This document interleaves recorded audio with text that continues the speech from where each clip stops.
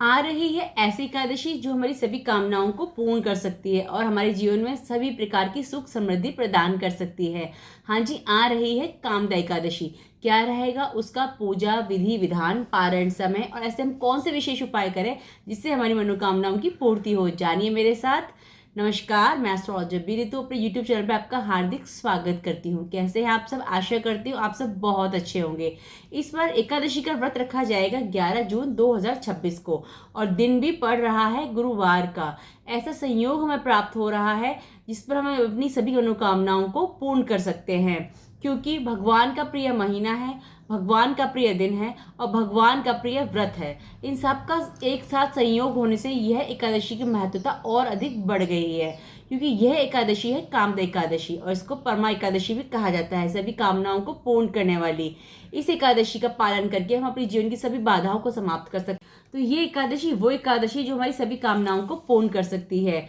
आइए अब नोट कीजिए कि पारण का समय क्या रहेगा। पारण वो समय होता है जब हमें अपने व्रत को खोलना होता है। यह आपका पारण का समय रहेगा 12 जून को रहेगा सुबह 5:22 से 10 बजे तक। इस बीच में आप कभी भी अपना व्रत खोल सकते हैं और व्रत हमेशा खोलेगा। मैं हमेशा बताती हूँ कि तुलसी दल को ग्रहण कर कर ही आप अपने व्रत को खोलेगा, इससे हरी अनंत कृपा आपको प्राप्त होगी। आइए अब बात करते हैं पूजा विधि उपासना के बारे में। सबसे पहले आप सुबह स्नान कीजिए और स्नान करने के पश्चात आपको लेना है संकल्प। आप हाथ में जल लेकर संकल्प लेंगे कि मैं इस व्रत का पूर्ण सात्विकता से, तन से, मन से, धन से इस व्रत का पालन करूंगा या करूंगी। उसके बाद अपने घर के मंदिर में आप दीपक जलाइए, भगवान को पीले फूल, पीले मिठाई, पीले पुष्प भगवान को अर्पित कीजिए, विधि विधान से उनकी आराधना कीजिए और उसके बाद फिर वहीं बैठकर ओम नमो भगवते वासुदेवाय नमः मंत्र का जाप कीजिए, क्योंकि ये हरि भगवान का एक विशेष मंत्र है। इससे हरि बहुत प्रसन्न होते हैं। आप बताऊंगी आपको कुछ ऐसे विशेष उपाय यदि आप करेंगे तो आपकी होंगी मनोकामनाओं की पूर्ति।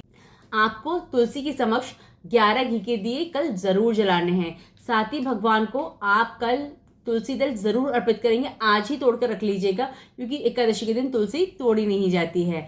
साथ ही आपको एक अखंड दिया अपने घर के मंदिर में जलाना ही है। वो मैं हर बार आपसे कराती हूँ और आपको बताती भी हूँ कि अपने घर के मंदिर में तो एकादशी वाले दिन आपको एक अखंड दिया जलाना है और पूरी रात बैठकर आपको भगवान का भजन करना है। वैसे मैं कहूँ कि अगर हर किसी के लिए पॉसिबल नहीं है कि वो पूरी रात आप जग सके, तो आप कुछ समय तक, जैसे जो समय होता है 10 से 12 के मध्य, उसमें आप भगवान की उपासना अवश्य कीजिएगा।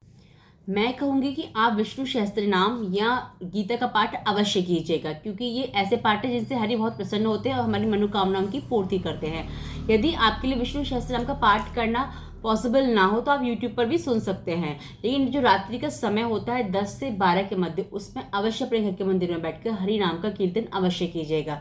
ये छोटे से ऐसे उपाय हैं जिनका आप यदि पालन करेंगे तो आपको हरि की कृपा प्राप्त होगी और आपकी मनोकामनाएं पूर्ति होंगी। करके देखिएगा, लाभ जरूर हो। आप कुछ नोट कीजिए विशेष उपाय हमारी विशेष मनोकामनाओं की पूर्ति के लिए। यदि आप संतान संबंधित किसी भी समस्या से परेशान हैं तो कल ऐसा उपाय बताऊंगी, उसे आप अवश्य कीजिए, क्योंकि दिन भी बृहस्पतिवार का है और मंथ भी भगवान का ही है और तिथि भी हरि की ही है। तो आपको क्या करना है इसमें, यदि आप संतान संबंधी, संतान नहीं है, संतान की उन्नति नहीं है, संतान कहना नहीं मान रही, संतान पढ़ नहीं रही है, संतान का मन पढ़ाई में नहीं लग रहा है, तो ये कोई भी माता पिता जो इन समस्याओं से ग्रस्त हैं संतान से संबंधित, इस उपाय को अवश्य कीजिएगा। आपको कल जाना है केले के पेड़ के पास जो किसी मंदिर में लगा हुआ होता है, वहां जाइए। वहां जाकर आप एक घी का दीपक जलाइए और एक पीले रंग का कलावा बांधेंगे आप उस पर, कि अपनी मनोकामना को या अपनी समस्या को ध्यान में रखते हो कि आपकी संतान से संबंधित जो भी आपकी समस्या है उस समस्या को ध्यान में रखते हुए आप पीला कलावा केले के पेड़ के चारों तरफ बांध देंगे और वहीं बैठकर आप भगवान से अपनी समस्या का निवारण करने के लिए प्रार्थना करेंगे। साथ ही मंदिर में भगवान को पीले फूल, पीली मिठाई, पीले वस्त्र तथा सामर्थ्य और सुविधा अनुसार अवश्य अर्पित कीजिएगा।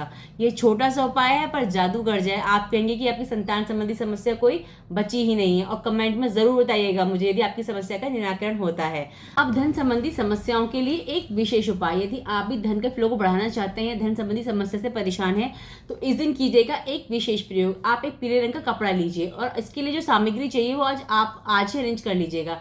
7 गोमती चक्र, साथ आपको चाहिए पीली कोड़ियाँ, 7 साबुत हल्दी की गांठ, ठीक है। ये सारी सामग्री लेकर आप आ जाइए और ये उपाय आपको करना है कल एकादशी के दिन प्रदोष काल में, संध्या का समय, जब दोनों समय मिल रहे होते हैं।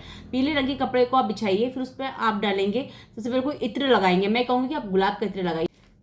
जो सामग्री मैंने आपको बताई है, 7 हल्दी की गांठें, 7 गोमती चक्र और 7 कोड़ियाँ, इन सबको पीले कपड़े में बांध दीजिए और ओम शिव नमः इस मंत्र का जाप करते हुए इस जो आपने पोटली तैयार की है इसको अपने धन रखने के स्थान पर रख दीजिएगा। इससे आपकी धन संबंधी समस्याओं का निराकरण होगा। अब बताऊंगी कुछ ऐसे उपाय जो हर किसी व्यक्ति को करने चाहिए जो व्रत रखता है या नहीं रखता, लेकिन यदि उन उपाय को करेगा तो एकादशी के व्रत का लाभ प्राप्त कर सकेगा। जैसे गाय को हरा चारा जरूर खिलाइए, जरूरतमंदों को भोजन कराइए, साथ ही निस्वार्थ भाव से किसी की भी सेवा कीजिए और ओम नमो भगवते वासुदेवाय नमः इस मंत्र का जाप कीजिए। जय माता दी।